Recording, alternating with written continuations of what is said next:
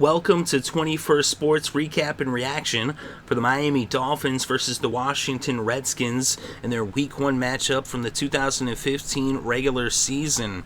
We're going to go over the stats and the scoring summary and give our analysis. But let's start off in the first quarter, about midway through. Kai Forbath hit a 45-yard field goal to put the Redskins up 3-0 over the Dolphins. And that would be the score after one in this defensive battle. So in the second quarter, with less than 2 minutes left before halftime, Kirk Cousins hit the tight end Jordan Reed for a 4-yard touchdown. Forbath hit the extra point, and so now it was 10-0 Washington over Miami. But then Miami responds with less than half a minute left before the intermission. Ryan Tannehill hits Rashad Matthews, and he hits a 3-yard touchdown, and Miami was finally on the scoreboard.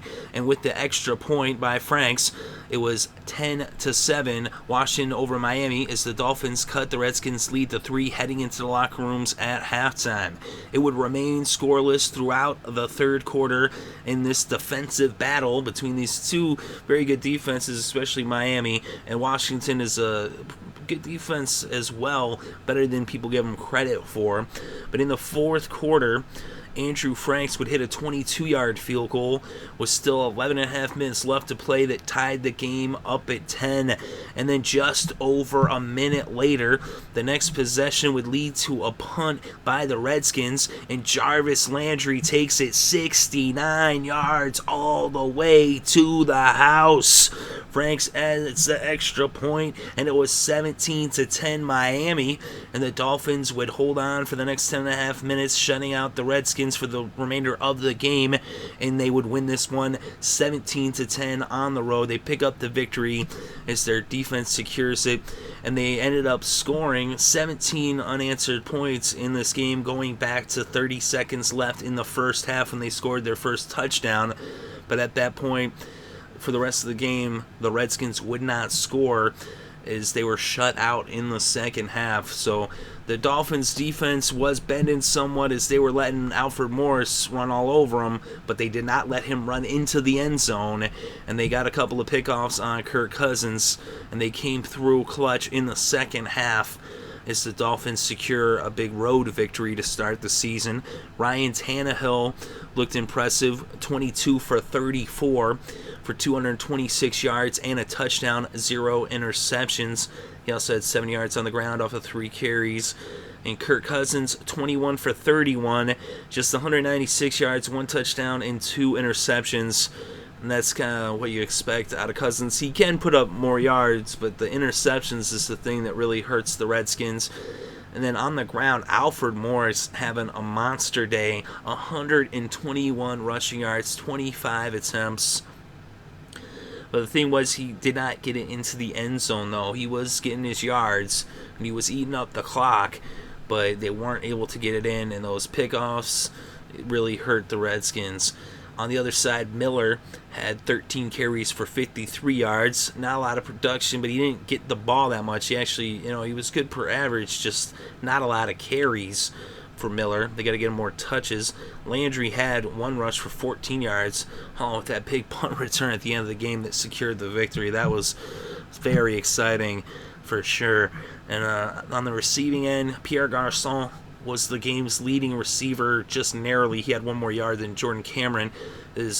Pierre Garçon had 6 receptions for 74 yards to be the leading receiver in the game. The leading receiver for the Dolphins was their tight end, Jordan Cameron, with 4 receptions for 73 yards, although Jarvis Landry had twice as many receptions with 8, but just 53 receiving yards. Matthews had 4 receptions for 34 yards, including that touchdown, and Jennings had 3 receptions for 29 yards, and Miller had 1 reception for 22 yards to go along with his 53 yards rushing to give him 75 total yards on the day. Over on the other side for the Redskins, their tight end Jordan Reed had 7 receptions for 63 yards, including the touchdown, the only touchdown of the day for the Redskins. And then we look at their defense, And for the defense, Goldston looked good, in his first game as a Redskin with 6 tackles. Hall also had 6 tackles, so did Robinson. Hatcher had a sack. Kerrigan had a half a sack, along with Baker, and Smith had a sack.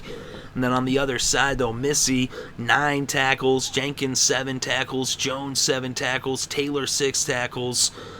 And Dominic Sue just 1 tackle, but he was getting some pressure on the quarterback. Phillips had a sack for the Dolphins, but it was their secondary with McCain and Grimes each getting pickoffs.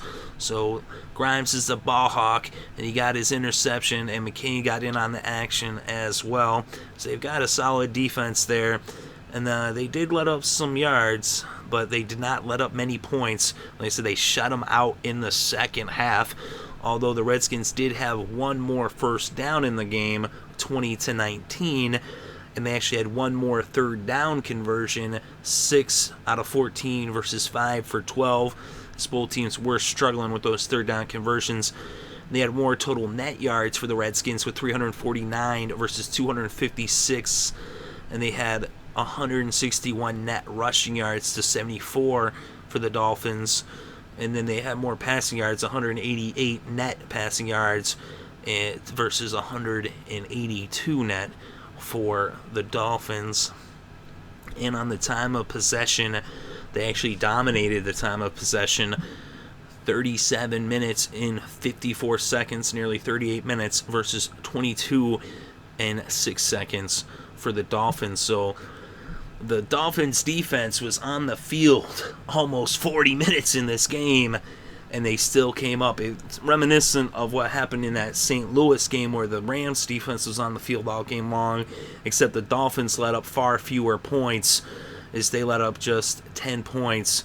That's a third of what the Rams had let up, even though a lot of those points came late in the game against the Rams. Whereas the Dolphins, though, as the game wore on, even though they were on the field for almost 40 minutes, and it didn't go to overtime. I mean, they were out there for a long time, but they just got stronger as the game wore on. They did not run out of juice. They have excellent stamina, and they shut them out in that second half.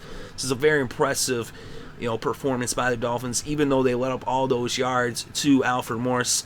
Alfred Morris gets his yards, but the Dolphins get the W. So big game by the Dolphins D, especially by that secondary, and pitching the shutout in the second half.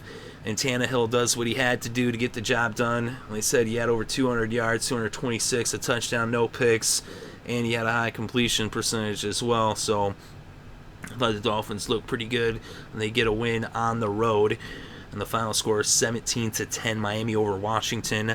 Let me know what you think in the comments section below. Definitely interested to read your thoughts and opinions. Thank you very much for listening. It is greatly appreciated. I hope you're having a good day and had a great weekend and enjoyed all the sports.